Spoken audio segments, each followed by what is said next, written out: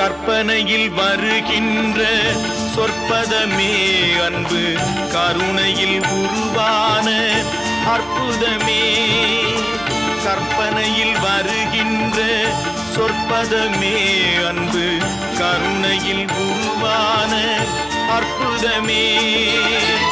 சிற்பச் சிலையாக நிற்பவனே, சிற்பச் சிலையாக நிற்பவனே,